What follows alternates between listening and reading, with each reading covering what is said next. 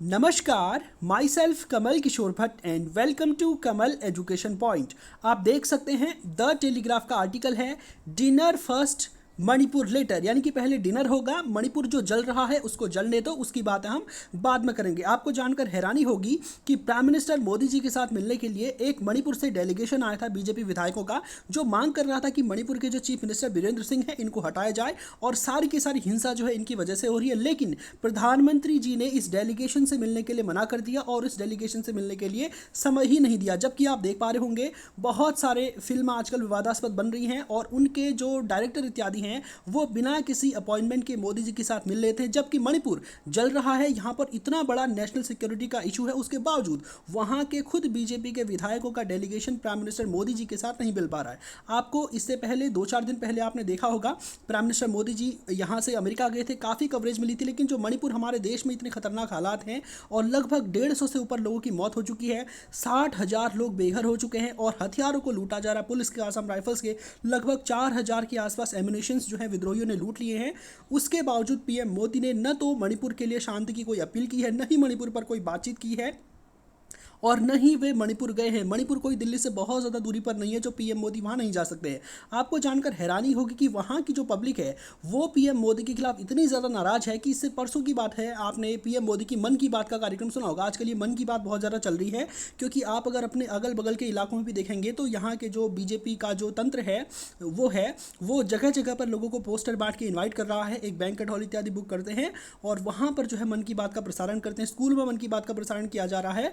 तो जो मणिपुर के लोग हैं इन्होंने मन की बात का बाइकआउट किया। आप देख सकते हैं नीचे मन की बात लिखा है और जो रेडियो इत्यादि है उन सबको डिस्ट्रॉय करने का काम इन लोगों ने यहाँ पर किया है। क्योंकि इससे पहले वाला मन की बात का सेशन हुआ था उस समय मणिपुर जल रहा था और उस समय यहाँ के जो चीफ मिनिस्टर बीरेंद्र सिंह थे उन्होंने जो है प्राइम मिनिस्टर की एक तरह से चापलूसी की सारी सीमाओं को पार कर दिया। वो दूसरे राज्य में जाकर के मन की बात सुन रहे थे जबकि उनका खुद का अपना स्टेट जो है वो जल रहा था।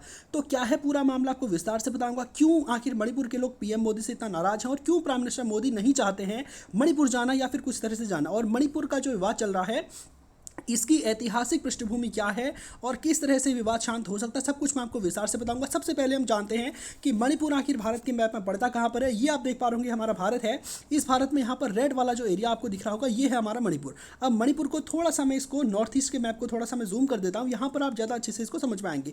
ये जो एरिया है ये मणिपुर है। आप देख पा रहे होंगे मणिपुर का बॉर्डर आखिर किन किन देशों से लगता है। देखिए मणिपुर के आप नॉर्थ की ओर जाएंगे तो आप देख पाएंगे नागालैंड में, और वेस्ट की ओर अगर आप जाएंगे तो आसाम आपको दिख रहा होगा, और इसके अलावा जो सदर्न एरिया है इसका यहां पर आपको मिजोरम दिख रहा होगा और यहां पर पूरा का पूरा म्यांमार है। यानी कि भारत से बहुत ही ज़्यादा दूरी पर है मणिपुर और स्ट्रेटेजिकली भारत के लिए बहुत ज़्यादा इंपॉर्टेंट है क्योंकि इसका जो बॉर्डर है वो म्यांमार के साथ लगता है। अब देखिए यहां पर आखिर ऐसी क्या डेमोग्राफी है यहाँ की जो यहाँ पर इतना ज़्यादा विवाद चल रहा है। सबसे पहले आपको बताना चाहता हूँ कि जो हमारा देश 1947 में जब हमारा भारत आज़ाद होता है तो उस समय क्या था, मणिपुर एक तरह से रियासत के रूप में थी। और यहाँ पर आपको बताना चाहूँगा कि मणिपुर का जब भारत में विलय होता है तो विलय होने से पहले मणिपुर के राजा के पास 2 विकल्प रखे जाते हैं, 3 विकल्प रखे जाते हैं जो हर देशी रियासतों में रखे जाते हैं। जैसे हमारे उत्तराखंड में आपको पता होगा कि पूरा का पूरा जो उत्तराखंड था वो ब्रिटिश इंडिया का पार्ट था, जबकि टिहरी गढ़वाल ये एक रियासत के रूप में था। यहाँ पर राजा यानी कि किंग का शासन था। ठीक है, मानवेंद्र शाह का नाम आपने सुना होगा। ठीक इसी की तरह जो आप मणिपुर देख पा रहे हैं यहाँ पर किंग का शासन था, एक रियासत यहाँ पर हुआ करती थी और यहाँ के जो शासक थे इनका नाम था बोध चंद्र सिंह। ठीक है, तो बोध चंद्र सिंह मणिपुर के राजा थे। और जब हमारा देश 1947 में आज़ाद होता है तो बोध चंद्र सिंह को 3 ऑफर दिए गए। पहला, आप भारत में शामिल हो जाएं, दूसरा आप पाकिस्तान में शामिल हो जाएं, तीसरा आप क्या रहे, स्वतंत्र रहे, इंडिपेंडेंट रहे। तो देखिए मणिपुर का बॉर्डर आप देख पा रहे होंगे ये सारे के सारे एरिया भारत में थे, तो ऑब्वियस सी बात है मणिपुर के लिए पाकिस्तान जाने का तो प्रश्न ही नहीं उठता। हालांकि यहाँ पर नीचे बांग्लादेश जो आप यहाँ देख पा रहे होंगे ये भी पहले ईस्ट पाकिस्तान हुआ करता था, लेकिन फिर भी ऑब्वियस सी बात आप देखेंगे कि इसके बॉर्डर ना तो यहाँ पर लग रहे हैं और अगर पाकिस्तान जाएगा भी तो कहाँ से जाएगा। ठीक है, तो पाकिस्तान जाने का तो प्रश्न ही नहीं उठता और पाकिस्तान जाने के लिए तो मुस्लिम आबादी होना भी जरूरी है ना। तो मुस्लिम यहाँ पर अधिकांश लोग नहीं है, यहाँ पर ट्राइबल कम्युनिटीज़ रहती हैं। तो यहाँ के जो शासक बोध चंद्र सिंह हैं इन्होंने खुद को इंडिपेंडेंट रखना चाहा। ठीक है, तो ये चाहते थे कि मणिपुर जो है एक आज़ाद रियासत के रूप में रहे और ये क्या करते हैं अपने शासन में प्रजा में विद्रोह न हो जाए इसके लिए अपने यहाँ पर इलेक्शन कराते हैं। तो और इलेक्शन करके गवर्नमेंट बनाने का प्रयास करते हैं, यानी कि यहाँ पर एक तरह से कॉन्स्टिट्यूशनल मोनार्की की स्थापना होती है। कॉन्स्टिट्यूशनल मोनार्की का मतलब होता है राष्ट्रपति की जगह पर वहाँ पर किंग होगा, और वहाँ पर जो है जिस तरह से और सब कुछ हो रहा है वैसे ही होगा। जैसे आप जानते होंगे कि यूके में, यूनाइटेड किंगडम में, वहाँ पर क्या होता है, प्राइम मिनिस्टर होता है, संसद सब होती है, लेकिन राष्ट्रपति की जगह पर क्या होता है, वहाँ का किंग होता है, और वही हमेशा राष्ट्रपति के पद पर रहता है। तो इसी तरह की कॉन्स्टिट्यूशनल मोनार्की की स्थापना 1948 में मणिपुर में होती है, और बोध चंद्र सिंह यहाँ पर शासन कर रहे थे। तो भारत सरकार इन बोध चंद्र सिंह पर दबाव डालती है कि तुम्हारे अगल बगल की जितनी रियासतें हैं सबका विलय भारत में हो चुका है, और आप भी जो है अपना विलय भारत में करें, क्योंकि अगर आप भारत में विलय नहीं करते हैं तो फ्यूचर में म्यांमार से आप पर अटैक होने का खतरा हो सकता है, या फिर क्योंकि यहाँ पर ऐसा ना, जो मैतेई कम्युनिटी है और कुकी कम्युनिटी है, यहाँ के बहुत सारे लोग म्यांमार में भी रहते हैं, और म्यांमार में भी बहुत सारी ऐसे उग्रवादी संगठन उस समय हुआ करते थे जो इस एरिया को प्रभावित कर सकते हैं। तो बोध चंद्र सिंह आखिरकार सरकारी दबाव में झुक जाते हैं, और 1949 में सितंबर के महीने में इन्होंने भारत के साथ विलय का जो दस्तावेज था वो साइन कर लिया, इंस्ट्रूमेंट ऑफ एक्सेशन जो है इसको साइन कर लिया। लेकिन भारत सरकार ने यहाँ पर गलती कर दी। जो मणिपुर के लोग थे और जो नॉर्थ ईस्ट के लोग थे, इनको क्या चाहिए था, अपना एक इंडिपेंडेंट स्टेट चाहिए था, ठीक है। अगर मान लीजिए सरकार उसी समय करती, ये जितने भी अलग अलग एरियाज है, ठीक है, जैसे नागा लोग नागालैंड में रहते तो इसको अलग राज्य नागालैंड बना दे, मणिपुर में जो कुकी और मैतेई रहते हैं इनके लिए अलग मणिपुर स्टेट बना दे। तो मणिपुर का क्या हुआ, जब भारत में इसका विलय हुआ तो इसकी स्वतंत्र पहचान नहीं हो सकी। स्वतंत्र पहचान का मतलब है कि इसको असम में मिला दिया गया। उस समय पूरा का पूरा इलाका इसको असम कहते थे। अरुणाचल प्रदेश भी उस समय अलग नहीं था, उसको उस समय इसको नेफा कहते थे, अरुणाचल प्रदेश को। तो यहाँ की जो बहुत सारी कम्युनिटीज़ थी ये इसके खिलाफ आ गई, और यहाँ पर जो है बहुत बड़ी तादाद में उग्रवादी आंदोलन इसके बाद यहाँ पर शुरू हो गए जैसे ही देश आज़ाद होता है। इनका कहना था कि मणिपुर को स्वतंत्र रियासत बनाया जाए। अगर भारत सरकार एक तरह से ये गलती नहीं करती, मणिपुर का विलय आसाम में नहीं करती, तो शायद ये प्रॉब्लम नहीं आती, क्योंकि यहाँ के जो लोग थे इन्हें एक तरह से आप सोच सकते हैं कि अपनी आज़ादी या नहीं भी कहे तो कम से कम अपनी सोवरेनिटी यहाँ के लोगों को चाहिए थी।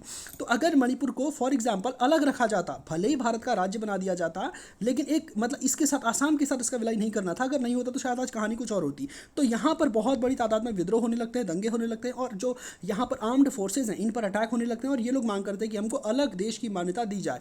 तो आपको जानकर हैरानी होगी कि 1958 में आखिरकार जब यहाँ पर बहुत बड़ी तादाद में विद्रोह होने लगे तो यहाँ पर अफसपा लागू कर दिया, armed forces special protection act, ठीक है। ये काफ़ी विवादास्पद कानून है, आप जानते हैं इसको, और बहुत बड़ी तादाद में इसके कुछ एरिया में उस समय मणिपुर के ये लगा था, और बाद में इसको विस्तारित करते हुए पूरे के पूरे मणिपुर पर लागू कर दिया। और 1980 के दौर तक यहाँ पर इतनी ज़्यादा उग्रवादी हिंसा हुई कि 1980 में केंद्र सरकार ने इस मणिपुर को अशांत क्षेत्र घोषित कर दिया, क्योंकि यहाँ से अगर भारत सरकार कोई सैन्य कार्रवाई इन पर करती है तो यहाँ के जो उग्रवादी विद्रोही हैं वो सीधा म्यांमार छिप जाते थे, और फिर जो है जब सेना चली जाती थी तो म्यांमार के रास्ते उन पर अटैक कर देते। तो इस तरह से भारत के बहुत ज़्यादा सोल्जर्स यहाँ पर शहीद होते हैं।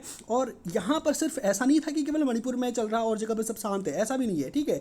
यहाँ पर जो नागालैंड का एरिया आप देख पा रहे होंगे, यहाँ पर भी विद्रोह चल रहे थे, मणिपुर में भी चल रहे थे, और भी जगहों पर चल रहे थे। यानी कि जो पूरा का पूरा नॉर्थ ईस्ट था, ये जो है उस समय एक तरह से बहुत ज़्यादा विद्रोहों में यहाँ पर खून खराबा बहुत ज़्यादा चल रहा था।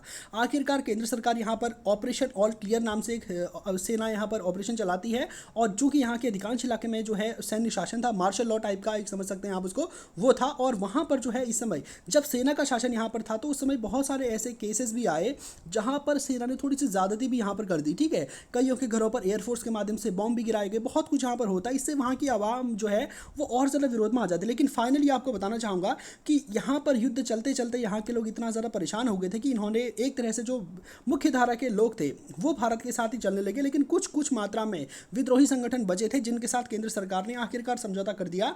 आपको पता होगा कि 2008 में जो है कुकी जो विद्रोही थे इनके बीच में और जो मणिपुर सरकार और केंद्र सरकार तीनों के बीच में एक त्रिपक्षीय समझौता होता है, जिसके अंतर्गत निर्णय ले लिया जाता है कि हम सभी हथियारों को त्याग देंगे और मुख्य धारा के साथ जुड़ेंगे, और भारत की जो सोवरेनिटी है इसको हम एक्सेप्ट करेंगे, और मणिपुर को एक तरह से आज़ाद भारत ही हम मानेंगे। तो यहाँ के जो विद्रोही होते हैं वो हथियार डाल देते हैं। अब यहाँ पर शुरू होती है पॉलिटिक्स। जैसा कि मैं आपको बता चुका हूँ कि जितने भी दंगे होते हैं, जितने फसाद होते हैं, ये सब नेतागिरी की वजह से होते हैं। अब फॉर एग्जाम्पल मणिपुर है, ठीक है। मणिपुर में मुख्यतः आप देखेंगे दो कम्युनिटी रहती है, एक आपको पता होगा कुकी और एक होता है मैतेई, ठीक है। तो कुकी और मैतेई दो कम्युनिटी रहती है, और यहाँ पर जो बहुसंख्यक है वो मैतेई हैं। कुकी लोग थोड़े आदिवासी टाइप के हैं और इनको शेड्यूल ट्राइब का दर्जा प्राप्त है। तो जो कुकी लोग हैं ये क्या है, एसटी हैं, और जो मैतेई लोग हैं ये यहाँ पर बहुसंख्यक हैं, और ये सब आपको मैंने बता दिया, ठीक है।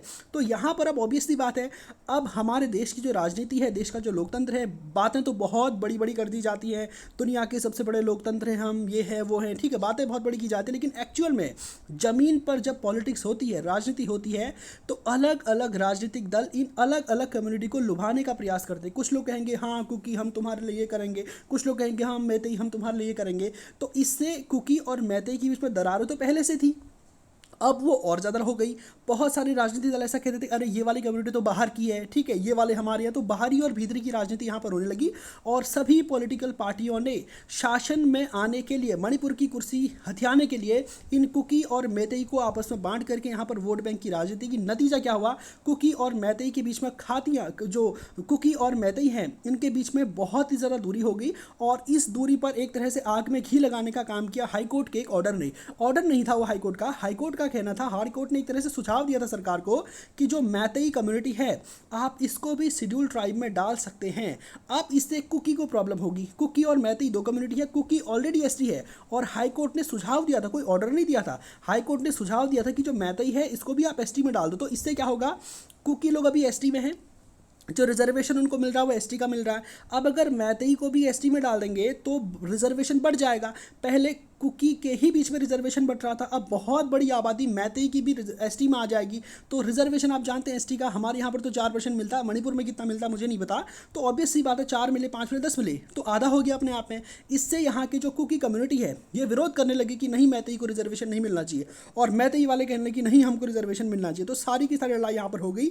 और जैसे ही हाईकोर्ट की ओर से आदेश नहीं आता है, हाईकोर्ट की ओर से एक सुझाव आता है, तो उसके बाद इस पूरे के पूरे इलाके में हिंसा बढ़ गई। और इतनी हिंसा हो चुकी है कि अब तक लगभग 140 लोगों की यहाँ पर मौत हो चुकी है, और लगभग 60,000 लोग बेघर हो गए हैं, कई घरों को जला दिया गया है। और यहाँ के जो लोग हैं वो इतने ज़्यादा एग्रेसिव हैं कि यहाँ की जो पुलिस है इनके हथियारों को लूट करके ले गए। लगभग 4,000 के आसपास यहाँ पर हथियार लूटे गए हैं। हालांकि केंद्र सरकार ने अपील की थी हथियार लूटने वालों से कि आप हथियारों को वापस कर दें जो आप लूट करके गए थे, लेकिन इस सब के बावजूद लगभग 1,000 के आसपास हथियारी जो है वापस हो पाए अभी तक, ठीक है। और इसमें हथियार लूटने में सबसे ज़्यादा जो लोग शामिल थे वो मैतेई वाले थे, और यही सब कुछ यहाँ पर चल रहा है, ठीक है। और प्राइम मिनिस्टर मोदी की सबसे बड़ी बात अगर बताएं तो बहुत बड़ी बड़ी बातें की जाती थी, अरे मोदी जी हैं रूस यूक्रेन, देखिए भारत विश्वगुरु बन गया, रूस यूक्रेन के बीच का वॉर जो चल रहा है इसको कोई रोक सकता है तो मोदी जी ही रोक सकते हैं। बहुत बड़ी बड़ी लंबी चौड़ी बातें गोदी मीडिया ने उछाली थी, लेकिन एक्चुअल में ग्राउंड पोजीशन में जब हमारे देश में एक तरह से इस तरह की जो गतिविधियाँ हो रही हैं, मणिपुर जल रहा है, और प्राइम मिनिस्टर मोदी इतने संवेदनशील मुद्दे पर जब मणिपुर के डेलीगेट्स पीएम मोदी से मिलने के लिए आते हैं तो प्राइम मिनिस्टर मना कर देते हैं, उनको टाइम ही नहीं देते हैं, जबकि ये बहुत ही बड़ा नेशनल सिक्योरिटी का मुद्दा था। और आप देख पाएंगे कि रूस यूक्रेन के बीच में जो वॉर है वो मोदी जी खत्म करेंगे, इस तरह की बातें करने वाले आज देख लें कि मणिपुर में हिंसा हो रही है। प्राइम मिनिस्टर मोदी हिंसा रोकना तो छोड़िए, मणिपुर का दौरा तक उन्होंने नहीं किया। मणिपुर के जो लोग हैं वो प्राइम मिनिस्टर मोदी की जो मन की बात के कार्यक्रम होते हैं इसके पोस्टर लगाकर उनको जला रहे हैं, और बहुत सारे वहाँ पर नारे लगा रहे हैं, रेडियो को तोड़ रहे हैं, और यही सब कुछ वहाँ पर चल रहा है। अब ये जो हिंसा है ये कब खत्म होती है, ऑब्वियस सी बात है बाहरी बनाम भीतर की जो पॉलिटिक्स चल रही थी यहाँ पर इसकी वजह से हुआ। और आप जानते हैं कि बीजेपी ने इन महोदय को जो है यहाँ का एक तरह से यहाँ भेजा था कि आप शांति व्यवस्था इत्यादि करें, लेकिन आप संबित पात्रा इनका नाम है, ये आमतौर पर पॉलिटिक्स ही करते हैं, आप देख पाते होंगे हर एक न्यूज़ चैनल पर पहुँच जाते हैं अपनी बात करने के लिए, ठीक है। और इनके अगर आप ट्विटर हैंडल को देखेंगे तो शायद ही कोई पोस्ट आपको मिले मणिपुर के संबंध में। तो यही सब कुछ चल रहा है, पॉलिटिक्स चल रही है टोटल वहाँ पर, ठीक है। उम्मीद करते हैं कि बहुत जल्द मणिपुर में जो स्थितियाँ हैं वो ठीक ठाक होंगी। और आपके इस पूरे मामले को लेकर क्या विचार है कमेंट बॉक्स में जरूर जवाब दें। तो आज के सेशन को यहीं पर समाप्त करते हैं, धन्यवाद।